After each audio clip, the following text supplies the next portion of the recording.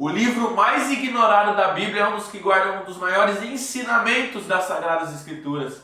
A paz do seu irmão, me chamo Irineu. Estamos começando aqui mais uma videoaula. Nessa semana eu falei para vocês, irmão, que nas próximas semanas até o fim do ano estaremos falando como as Escrituras apontam para Cristo.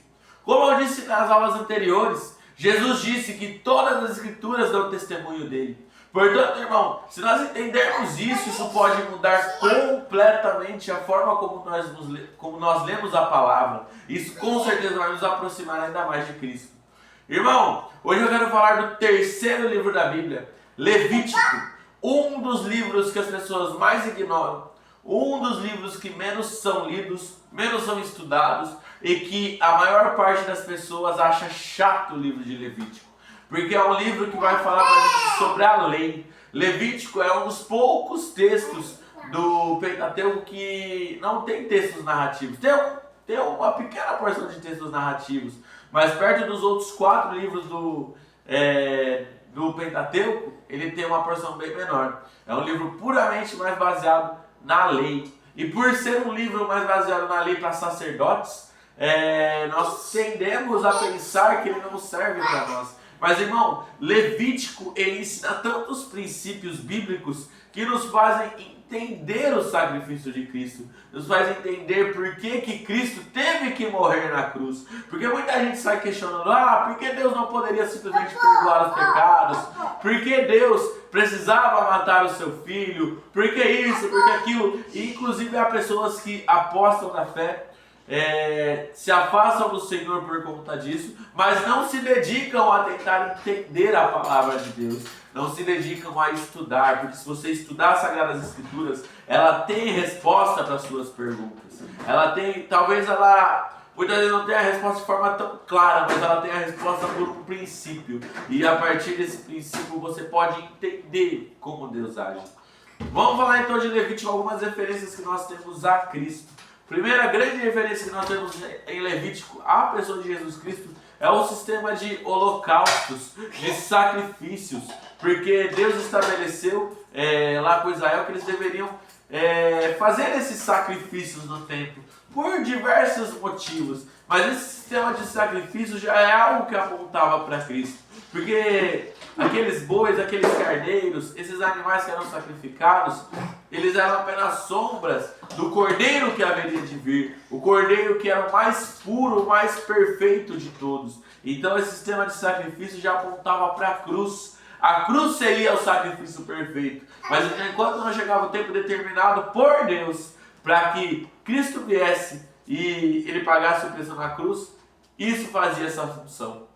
Mas tem um princípio ainda mais profundo em Levítico que nos aponta para isso. Porque em determinada passagem, Deus vai falar assim: o sangue é que purifica os pecados. Irmão, Deus estabeleceu um princípio. A única forma de purificar o pecado era através do sangue. Temos que falar que nós servimos a um Deus que é santo. Tanto é que Levítico ele também vai falar: sede santos, porque eu sou santo. Se Deus é santo, ele também estabeleceu, irmão, que não pode ter pecado, não pode ter mancha, não pode ter sujeira diante da presença dele. Deus criou o jogo, Deus criou o mundo, logo Deus tem o direito de criar a regra. E ele definiu que a regra era essa: não pode ter sujeira em sua presença. Diante disso, Deus também, o mesmo Deus que criou a regra e criou essa forma de ser adorado, de estar próximo a Ele, esse mesmo Deus criou uma forma de se purificar dessa sujeira, que era através do sangue.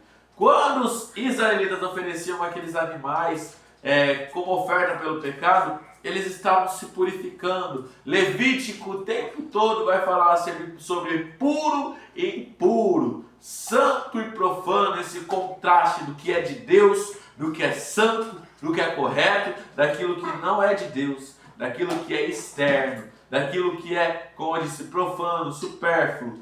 Então o Levítico ele traz esse contraste muito grande. Tanto é que aqueles que estão impuros, eles precisam oferecer o sacrifício para ficarem puros. Não necessariamente por conta de pecado, mas às vezes por uma pureza puramente ritual também. Então nós temos essas duas questões. Mas o interessante é que O sangue que purificava do pecado não era qualquer sangue, irmão. Não poderia ser um carneiro de qualquer jeito, não poderia ser qualquer cordeiro.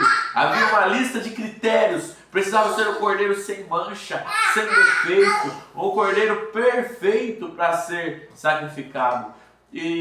Mas é interessante como Paulo falou, que esses cordeiros, eles não eram capazes de reparar totalmente a marca do pecado. Eles não eram capazes de acabar com o pecado. Por isso que Deus teve que enviar seu Filho ao mundo, Jesus, o Cordeiro perfeito, aquele que foi tentado, como todos nós, a nossa semelhança, porém sem pecado, aquele que não teve mancha, não teve mácula, e que era o único que poderia passar pelo sacrifício para purificar o meu e os seus pecados. Eu e você não podíamos pagar isso porque nós somos sujos, nós somos manchados pelo pecado. Mas Ele, que é perfeito, Ele se fez carne e pagou o preço por mim e por você. E é por isso que Ele teve que ir para a cruz, porque através disso nós podemos ser salvos. Fomos salvos da condenação do pecado. Porque se não podíamos sequer entrar na presença de Deus, o pecado também nos condenava à morte, nos condenava ao inferno. Agora nós fomos libertos dessa condenação e podemos estar na presença de Deus, podemos andar com Deus, podemos ser amigos de Deus. Interessante que agora temos um chamado, como Pedro vai escrever na sua epístola: sede santos, porque eu sou santo. Se referindo à passagem de Levítico, devemos buscar uma vida de santidade, buscando nos assemelhar ao nosso Senhor e Salvador, Jesus Cristo. Mas ainda uma outra referência muito linda sobre a vida de Cristo. Lá em Levítico 16, ele vai falar do dia da expiação. Deixa eu te falar, irmão, o que é o dia da expiação? O dia da expiação era um dia no qual o sumo sacerdote oferecia um sacrifício pelo pecado de todos de Israel. E nesse dia ele poderia entrar no Santo dos Santos. Se você não sabe o que é o Santo dos Santos, no Antigo Testamento era o lugar onde ficava a presença de Deus, onde estava a Arca da Aliança, o lugar mais santo que alguém poderia pisar, onde poderia conversar diretamente com Deus. O sumo sacerdote só podia fazer isso uma única vez no ano, que era o dia da expiação. Interessante nesse dia, que ao contrário dos demais dias que tinham os outros sacerdotes do templo, nesse dia o sumo sacerdote entrava sozinho no tabernáculo. O sumo sacerdote que usava uma roupa vestida de glória, cheia de peças preciosas, ele tinha que tirar essa roupa. Ele tinha que sozinho fazer todo o trabalho do templo, oferecer o sacrifício para entrar no Santo dos Santos. Como isso aponta para Cristo? Aquela roupa representava a glória. Cristo deixou a sua glória, se fez carne como nós, habitou no mundo, fez tudo que deveria ser feito, ensinou e fez todo o trabalho do templo aqui de ser sacrificado, pagou o preço, ofereceu a si mesmo diante de Deus. Como Hebreus fala, entrou no tabernáculo celestial, no Santo dos Santos, na presença do Pai. Lá foi aceito e é o nosso sumo sacerdote até o dia de hoje. Porque por meio do sacrifício de Cristo, que foi perfeito e não é necessário mais nenhum sacrifício a partir de agora, fomos redimidos completamente da condenação do pecado, por meio da fé em Cristo Jesus. Olha que lindo, irmão, como a Bíblia, desde o Antigo Testamento, apontava para a pessoa de Cristo.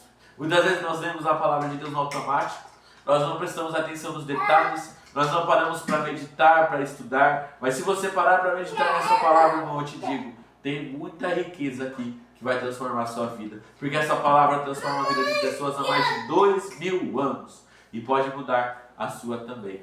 Se essa palavra te abençoou, comenta amém e compartilha com quem precisa ouvir essa mensagem. Que o Senhor Jesus abençoe muito a sua vida. Amém!